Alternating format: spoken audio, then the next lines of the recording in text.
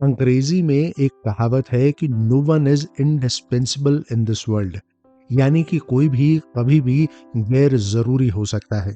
पर कोई ऐसा शख्स जो जब तक इस दुनिया में रहे ना सिर्फ तब तक उसकी अहमियत बरकरार रहे, बल्कि उसके गुजर जाने के बाद भी लोग उसे याद करें, उसके काम को सराहें, उसके उदाहरण दें, तभी वो शख्स हर दौर में मौजूद रहता है और हर दौर में कहता है, मोगेम्बो, खुश हुआ।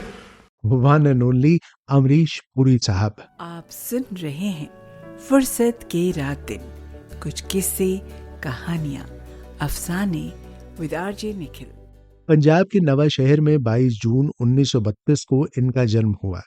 क्योंकि इनके पिताजी को सोलन की एक फैक्ट्री में नौकरी मिल गई, इसलिए कुछ समय वहां बिताया और फिर दिल्ली चले आए।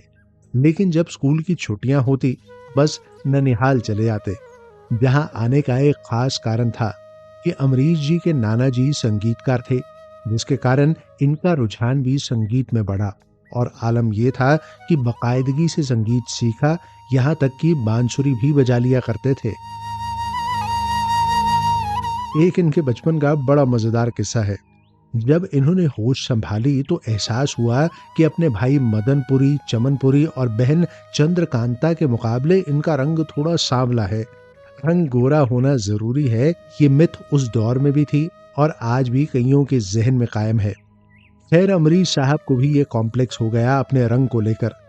इन्होंने सोचा कि अगर मैं दूध पीऊं, वो भी सफेद गाय का, तो दूध सफेद होता है, जिससे मेरा रंग भी सफेद हो जाएगा। फिर क्या था, रोज ग्लास भर भर के दूध पीते। अब रंग तो गोरा हुआ नहीं, पर हाँ, सेहत के लिहाज से भारी भरकम जरूर हो गए। स्कूल में सभी इनका मजाक उड़ाते, पर कॉलेज तक आते आते इनको फिजिकल फिटनेस का काफी शौक हो गया। रोज कसरत करनी, दौड़ लगानी इनकी दिनचर्या का हिस्सा बन गया। म्यूजिक का शौक तो इनको था ही, साथ साथ रंगमंच का शौक भी पड़ गया।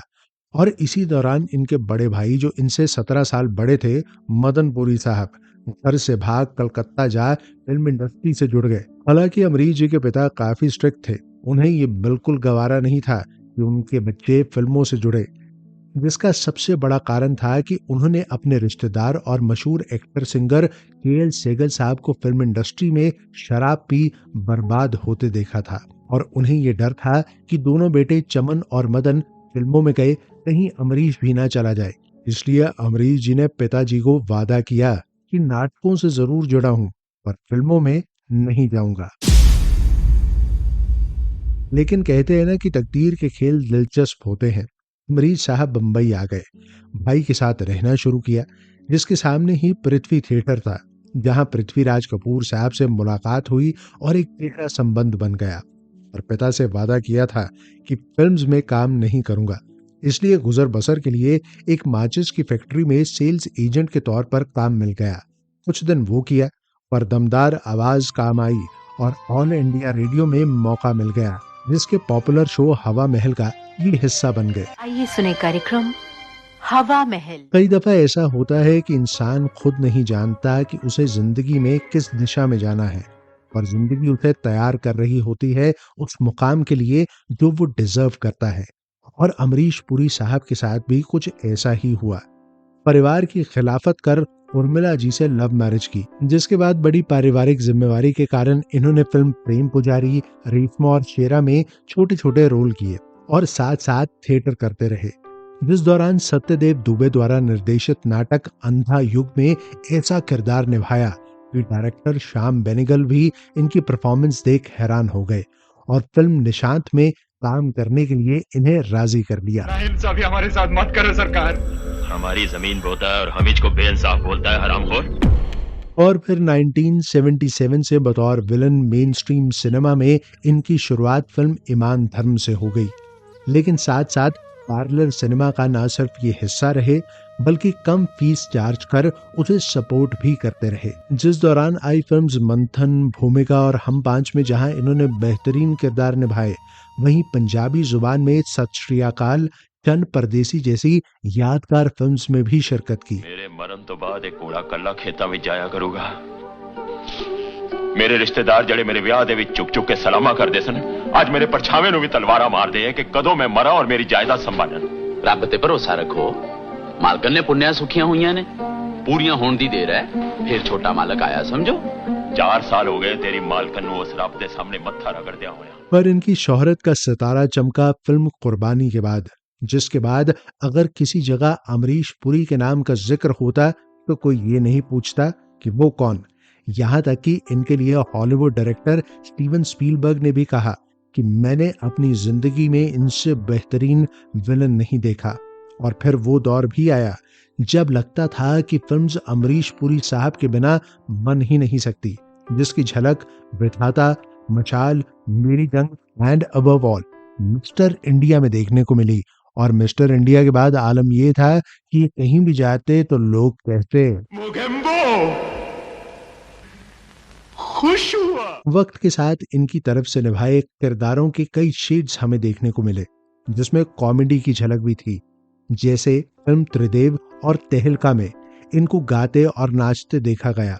वहीं बेहद संजीदगी के साथ इन्होंने फिल्म गर्दिश, विरासत और घातक में दिल को छूने वाले किरदार अदा किए, जिसके चलते ये वाहिद ऐसे एक्टर होंगे जिनके किरदारों के नाम लोगों को फिल्म से ज्यादा याद हैं।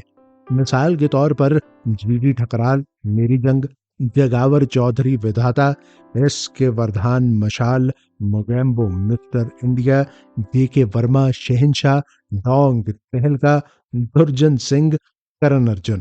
डोंग कभी रॉन्ग नहीं होता।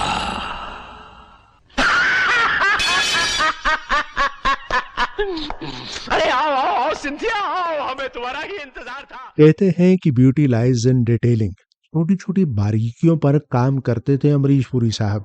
उनके किरदारों का गेटअप, उसका मेकअप, कॉस्ट्यूम, वॉइस मॉड्यूलेशन, यहाँ तक कि किरदार की मूंछों पर भी खास तवज्जो रहती थी।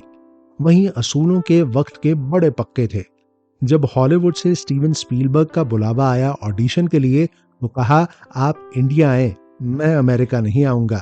और क्या बाकमाल काम किया अमरीश जी ने फिल्म इंडियाना जोन्स में।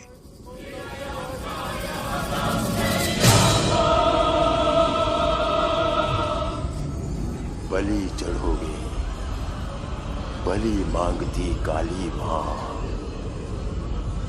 मुक्ति देगी काली मां। 12 जनवरी 2005 को ब्लड कैंसर के चलते ये इस दुनिया को अलविदा कह गए। पर आज भी कभी इनकी फिल्म्स के जरिए, कभी सोशल मीडिया पर किसी मीम के जरिए, तो कभी मोबाइल कवर पर लगी मोगेम्बो की तस्वीर के जरिए अमरीश पुरी साहब अपनी मौजूदगी दर्ज करवाते रहे हैं और हमेशा दर्ज करवाते रहेंगे। जिंदगी का सपना